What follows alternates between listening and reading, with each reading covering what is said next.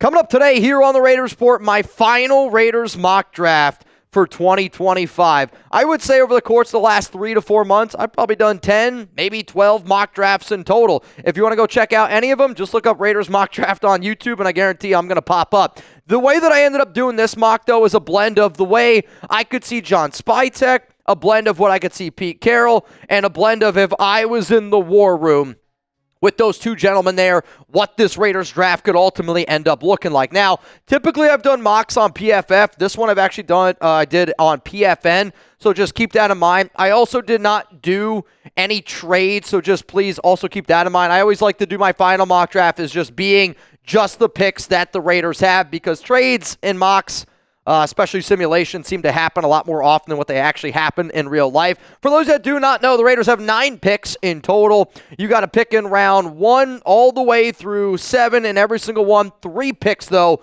in round 6. And ultimately, I am somebody that really values the first 4 rounds of this year's draft just because of what the talent level is. And I really wanted to trade back in a few instances, but I didn't have any great values overall. For those of you that do not know, we will be live for the NFL draft.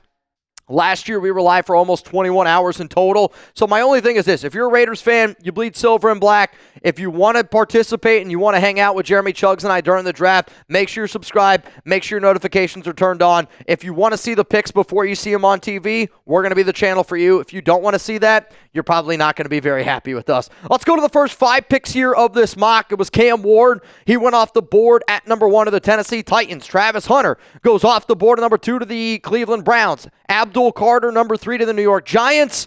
Then it was Will Campbell, offensive tackle for LSU. And at number 5, Mason Graham, defensive tackle from Michigan. So now I got an opportunity. I can go Ashton Jeanty. I can go Armand Membou. I can go Will Johnson. Or you can just go and pick any other player that you would want. So let me know down below who you would want the Raiders to draft. If you want to go with Armand Membou, type AM. If you want to go Ashton Jeanty, give me an AJ. Will Johnson, type WJ. Or if there was another player in the 2025 NFL draft, type other down below. And you know what? This is the number one question that I want you guys to go ahead and answer to. And, you know, we had a lot of people that are spamming Ashton Jeanty right now, and I totally get the love around Jeanty. I also know that there's a lot of love around Armand Membou right now. But in my mind, the way that I did this mock was I sat here and I said, what would I honestly do if I was in that room with John Spytek and Pete Carroll? And I'm going to go with Armand Membou, offensive tackle from Missouri.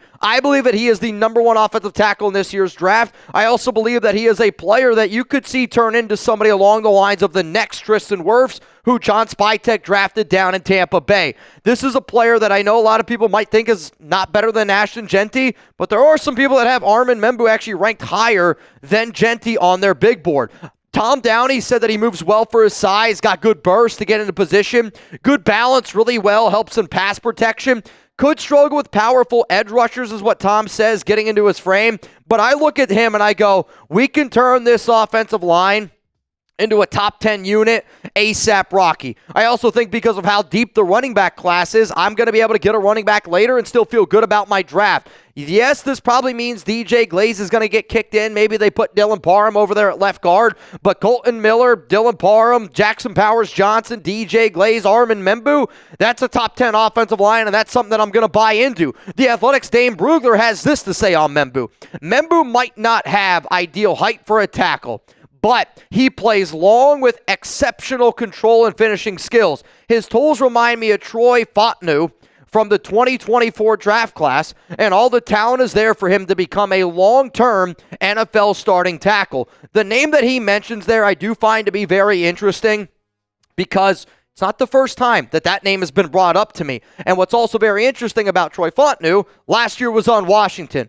Brandon Carroll, also the offensive line coach in Washington last season. And I know that this is somebody that also is going to have a lot to say of what the Raiders can do in that run game. Maybe it's Ashton Jeanty. I decided to go with Armand Membou because I think that he is the best player for the Raiders at number 6. Let's now go to round 2 here, pick number 37. And there was a lot of talent that ended up flying off the board way earlier than what I originally thought. Like Trevion Henderson went off the board. A lot of the running backs went very early where I sat here and I go, all right, if running backs are going to go early, and if I anticipate that there's going to be a run on wide receivers like it was reported by Adam Schefter, well, then I'm going to go out and I'm going to get a wide receiver that I think would be a phenomenal fit with Geno Smith. And I'm going to go Jayden Higgins. In my mind, if you're adding Jayden Higgins with Jacoby Myers, Brock Bowers, I mean, that is a really, really talented three-headed monster that I think would do really well with somebody along the lines of Geno Smith. Now, I know Tom's not as high on Higgins is what some other people are out there, but I think that he's a really good player,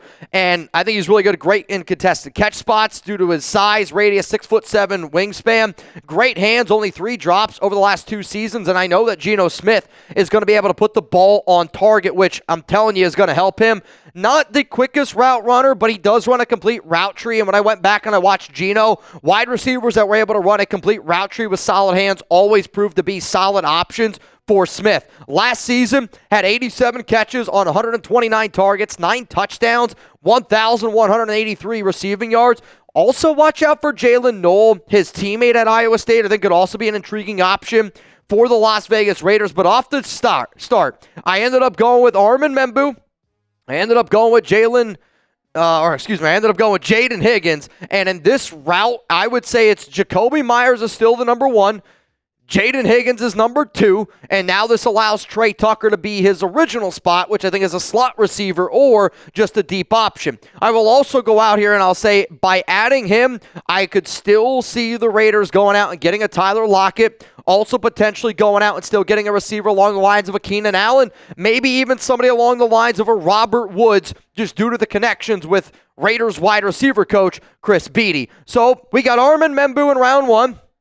Jayden Higgins in round 2, and I'll be real, I based on now the way that I saw that the mock went, I don't know if I would have went wide receiver as early as I did. I might have gone like a guy like a Carson Swessinger, but when I took Higgins in this mock, it was crazy how many wide receivers flew off the board. Let's go to round 3. Let's go to pick 68, and I was sweating in my boots that I wasn't going to be able to get this guy, and I saw him falling, and finally he fell to the Raiders at pick 68, and I'm going to go Kaleb Johnson, running back from Iowa. And I know when I started this mock draft, I thought to myself, if I end up passing on Jeanty, Mitch, you better be able to get a running back with some value. And there was a part of me where if Kaleb Johnson's not available at 68, and I'll be real, I don't know if he's going to be available at 68 in the actual NFL draft, I might have panicked a little bit more on this, but Johnson is one of the 1 running backs. Him and Jeanty are the only 2 running backs that the Silver and Black met with for top 30 visits. And then when you combine the fact that I do think he's an explosive runner who's got really good vision and patience. You combine that with a really good offensive line. I like the duo there. And then you combine that with Raheem Mostert, who's more of the home run hitter. I could see that running back duo really working out well for the Silver and Black. On top of the fact that, when you draft Membou over Jeanty, you're anticipating that Membou is going to be your offensive lineman for 10 to 12 years. I don't know if I can rely on Jeanty for being somebody, for 6 to 8 years. He did show better pass catching value with only 7 catches, but lacking that top-end speed and true shiftiness does hurt his value. But when you look at the running backs that Pete Carroll has drafted in years past, I think Kaleb Johnson is an interesting fit there. Let's go to the Athletics' Dane Brugler, what he has to say on Kaleb Johnson. Johnson isn't a dynamic, make-you-miss athlete, but he is a patient and powerful one-cut runner with the instinctive vision to create the defense using run angles and foot quickness. His play style is reminiscent of DeMarco Murray with a 3-down skill set to thrive in a zone-based NFL scheme. Chip Kelly is going to run a zone-based NFL scheme. So because of that fit, I was very, very happy. I'll be very transparent. Like I said, if I wasn't able to get Kaleb Johnson, I think that this mock draft would have turned out not as good as what I think that a lot of you are honestly going to think that this mock draft turned out. So now we are through 3 rounds, and as you can see, it is all offense, dude. And that kind of makes me a little bit nervous because I didn't really anticipate going all offense early on. I kind of anticipated that I was going to be able to at least get some defensive player in my first 3 rounds. And honestly, again, I kind of wish that I had the ability to trade back a little bit because I want another pick in round 2 and round 3. Though, round 4, pick 108, I think that this is really good value. I'm going to go with cornerback Nohl Williams from Cal. One of my favorite cornerbacks in this year's class. Somebody that I actually think is probably going to go in round 3 because he's got really good ball skills, 7 interceptions, 8 PBUs. Not the most athletic player, but is a really good cornerback, and I think would be a really good fit with Pete Carroll. The only problem I would say for the Raiders is they need more of a nickel, and they need somebody that they can use in the nickel where it's not really where I see Nohl Williams playing. And because of that, Williams is going to go out there, he's going to compete with Jacory. He's going to go out there, going to compete with Eric Stokes, but mainly an outside corner with plenty of production, including 7 interceptions last season. Lacks elite strength and has been inconsistent as a run defender is what Tom says, but does offer press man ability in the NFL, which is something that I know Patrick Graham and Pete Carroll do value very, very much. Dane Brugler has this to say: Williams will need to prove he can overcome his average long speed against NFL competition, but there are far more pros than cons to his game, including his awareness, ball skills, physical play, demeanor. I think he'll stay at cornerback, but his game is reminiscent of another former Cal corner, Cam Bynum, who has found NFL success at safety. One of the top players that the Raiders were interested in this past year in free agency was Cam Bynum. And because of that versatility, there are some teams that wonder if Nohl could be somebody that could be a free safety, cornerback hybrid. And if that's a role that the Raiders want to use, because I do think the Raiders still need a free safety, Nohl Williams is one of my favorite cornerback prospects. And I would say that he'd be the number 2 corner next to Eric Stokes. You're not going to bump Jacory and Bennett. He was your top guy. But adding a little bit more depth in there, and then the nickelback situation, maybe it's not as big of a red flag. It's still a need. I almost wonder if the Raiders could use more like an Isaiah Paul-Amal as a nickel safety type of hybrid. Jeremy Chinn's going to be playing strong safety. If you haven't seen the video of Jeremy Chinn and how great shape that guy's in, all he does looks like he does is work out. Let's go to round 5, pick 143 here for the silver and black. And actually, before I get in to my round 5 pick, I do want to give a huge, huge shout out to our sponsor, and I haven't really talked about him in a while, but I got to show some love to Prize Picks, America's #1 daily fantasy sports app out there. Springtime is here and baseball season is officially underway. Don't miss your chance to add your favorite players from the diamond in your Prize Picks lineup. Whether it's strikeouts, RBIs, or first inning runs, take your pick of more or less for a shot to win up to 2,000 times your cash today. Download the app today. Use code CLNS to get $50 instantly after you play your first $5 lineup. On Prize Picks, you can mix and match player projections from different sports. Combine your favorite baseball players with players from basketball, hockey, esports, and much more. Download the app today. Use code CLNS. Get $50 instantly after you play your first $5 lineup. Sign up today and get $50 instantly when you play $5. You don't even need to win to receive the $50 bonus. It's guaranteed. PrizePicks offers Venmo, Apple Pay, MasterCard, and more for quick and easy deposits your account this sports season. Download the app today. Use code CLNS. Get $50 instantly after you play your first $5 lineup. PrizePicks, run your game. Now, I know that we've been kind of busting Jeremy's chops around his Rockets picks, and there is a lot of more on screen right now, which probably doesn't surprise anybody because Jeremy said Rockets in 5. There's 5 up here, and maybe that's the 5 he was talking about, because the only way Rockets in 5 is this 5 right here. Bottom line, though, is this. If you're going to end up watching a basketball game, and if it's the Dubs, if it's the Rockets, put a little bit of money, you're going to have a lot more fun watching the game. That I promise you. PrizePicks.com/CLNS. That link's going to be available to y'all down in the comments and in the description of today's show. Let's go to round 5, pick 143 here. And I'll say this, Armand Membou is a mix of everybody. I think Jayden Higgins is a mix of everybody. Kaleb Johnson is a mix of everybody with Pete Carroll. This next pick here is a pick that I personally would go with, and it's Barrett Carter, linebacker from Clemson. He is an undersized linebacker, no doubt about it. But I think that he fits really well with Devin White, and I think that he fits really well with the Landon Roberts, because the Landon Roberts is a downhill thumper, right? Like, he's going to come downhill, and he's going to make you feel, right? Like, that guy is a walking hit stick. Devin White, I think, is a great athlete. Could put him on the edge a little bit and allow him to be an edge and let him be an athlete. For Barrett Carter, because he's undersized, I could see him potentially struggling up against some legit NFL running backs out there. But what he does bring to the table is ability to cover. And he's got good sideline-to-sideline ability. And he is athletic enough where, if used in the right way, he could also be used to get after the quarterback. But also because of the speed that he provides, at the linebacker position, you're starting to see more of these speedy linebackers be used in special teams, whether that be a gunner, whether it be on the new kick return rules. But somebody like Barrett Carter and his skill set, I do think pairs very well with the Landon Roberts, pairs very well with Devin White. and kind of also is a better version of a Amari Gainer of some sorts, if you will. And because I know the Raiders like Gainer, could be somebody to keep in mind. Barrett Carter in round 5. Let's now go to round 6. The Raiders got 3 picks here in round 6, 4 left to go in total. And, I've kind of gone all over the place. I started the draft out with 3 players on offense. Then I went 2 players on defense. And I'm just now looking for quality players that I believe that I can add value to. But I bet a lot of people are wondering, well, Mitch, you haven't taken a quarterback yet, and it sounds like the Raiders could end up taking a quarterback. My question to you is, give me a yes, give me a no. Will the Raiders end up drafting a quarterback? To me, the number 1 quarterback most likely that the Raiders draft is Quinn Ewers. And I will continuously sit up here and say that I believe it's Quinn. Now, I've seen reports that are like, the Raiders are eyeing Quinn Ewers on day 2. If the Raiders draft Quinn Ewers on day 2, I am going to be extremely frustrated with this organization. I'll be real, I'm not even the biggest Quinn Ewers fan. But if you're telling me why the Raiders would go this route, a lot of Steve Sarkisian connections, and Steve Sarkisian and Pete Carroll, that relationship runs way deeper than I ever even originally realized.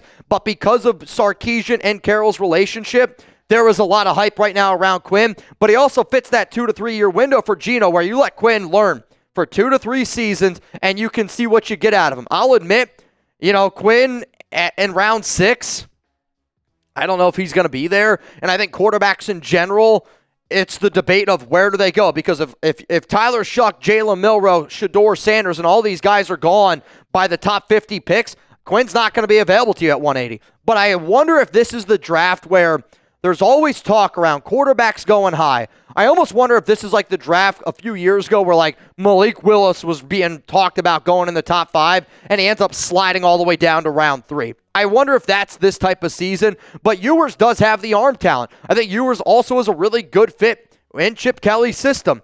But do I think Quinn is ready to play right now? Do I think Quinn's even close to being ready? No, I do not. Quite frankly, I'd rather the Raiders draft Kyle McCord over Quinn Ewers. Let's go to round 6 now, 213 here on the board. And this is the part where I start looking at players that I know that the Raiders have met with, or I know that players at least would view them as being a good option. And Kaleb Ransaw is going to be my pick here at 213. He is a safety cornerback hybrid, and he's just a great competitor out of Tulane. 31 tackles, 2 PBUs. He is a thicker, and I'll often say Amik Robertson just because I loved Amik Robertson coming out of college because that guy was a dog, and he's still a dog on that Detroit Lions defense. Kaleb Ransaw is a thicker, less athletic Amik Robertson, but it gives you some ability to play up near the box. And because the Raiders right now biggest issue, I would say, at corner is the inability to have a nickel. I will admit, I don't know if Ransaw is going to be great against speedier players, but if you're looking for somebody that you're going to be able to insert, get some special teams value from, there are some people that actually think that Ransaw is a round 4, round 5 prospect, but not too many people know too much about him. You could use him at safety, you could use him at corner, and it's that versatility that he's going to be able to bring, which is really interesting. Now, one of the things that I was told over the weekend was the Raiders are going to look at players that are developed in one system. Like, what do I mean by that? Player that's maybe been out of Georgia, been out of Michigan, been at a program for multiple years, learns that program, because that stuff matters to Tom Brady, and it matters to Spytek a lot as well. I know that Ransaw spent his first few years at Troy and then ended up transferring to Tulane, but because of his versatility, because of his toughness, because of his will and want to tackle, that could be a reason why I could see him potentially being a round 6 pick here for the Raiders. Let's go to the final 6th round pick for the silver and black, and this is going to be at 215, and I've gone with this name before, and because versatility is so important and because the Raiders value the trenches, I'm going to end up going here with Jackson Slater, small school guy from Sacramento State, and this is also a player that the Raiders have held a top 30 visit with. This is somebody that they have met with multiple times this offseason. Definitely a little bit more, undersized in terms of what you typically see maybe in a guard at 6'3", 311. But when you're considering that the Raiders' offensive line meetings this offseason include these 7 names: Will Campbell, Kelvin Banks, Josh Connerly, Charles Grant, Jackson Slater, Caleb Etienne, Caleb Rogers. The only player that is no doubt a guard on that list is Slater. I will also say that I think Kaleb Rogers ends up being a guard as well. Rogers played left tackle, left guard, and right tackle at Texas Tech. But Slater is a smaller school guy that I would say somebody could look at as being like a Jordan Meredith, where you're not really thinking very highly of them now, but because they have good footwork, because they have good technique, with the proper coaching, 2 to 3 years down the line, we could be sitting here going, you know what? Maybe we should give Jackson Slater a shot. Just like I know there's some Raiders fans out there going, you know what? Maybe we should give Jordan Meredith a shot. Let's go to round 7 now, 222, my final pick in my Raiders mock draft, my final mock draft. And this is going to be one that I'm just going to go with because I know the Raiders have been looking at this position. They've been looking at a nose tackle, and I'm going to go with Nazir Stackhouse from Georgia, who is just a mammoth of a human being at 6'3", 330 pounds. And one of the areas that I know the Raiders are looking at is interior defensive line. And I know for a fact that if Spytek was up here right now, he'd go, you can never have too many defensive linemen. You can never have too many guys in the trenches. And because they don't really have big-bodied defensive tackles, I mean, you really only have Wilkins, John Ulalu, and then Manoa are really what I would say they're only really, truly big, true nose tackles. And you're not even really paying Christian Wilkins to be that, right? You want Wilkins to be his best version of himself. The Raiders are looking for somebody that I think can eat up some double teams. And Nazir Stackhouse, if all he does is eat up double teams, then you know what? I don't give a shit if he doesn't have a single tackle. Eat up double teams, free up Wilkins, free up Kuntz, free up Tyree Wilson, free up Max Crosby, and that's a job well done as far as I'm concerned. So here is my final Raiders mock draft. 9 picks in total. I want you to give me a grade on it if you really could. I'd really appreciate it. Give me an A, B, C, D, or an F. So I ended up going with Armand Membou in round 1, Jayden Higgins in round 2, Kaleb Johnson round 3, Nohl Williams in round 4, Barrett Carter round 5, Quinn Ewers at quarterback, Caleb Ransaw at 213, Jackson Slater, Nazir Stackhouse, A, B, C, D, or F. When I look at this mock draft, in all honesty, I am going to give myself a A- grade. I love the Membou pick. I like the Jayden Higgins pick maybe more than some other people out there. I do really think I got really solid value in Nohl Williams and Kaleb Johnson. But there is a part of me where I sit there and I go, I kind of hate that I don't have a nickel starter. I kind of hate that, I don't feel like that I still have a true free safety overall. There's some good players, and I really try to stick to guys that I think love football, offer some versatility, and that the Raiders met with. But I want to know what y'all have to say. If this is what the draft is like, and we're about to find out. And less, well, what is it? I'm recording this Tuesday. We're going to find out less than, 48, 72 hours who the Raiders do ultimately go with. And I hope that you tune in for our live coverage of the 2025 NFL Draft. I'm going to be looking.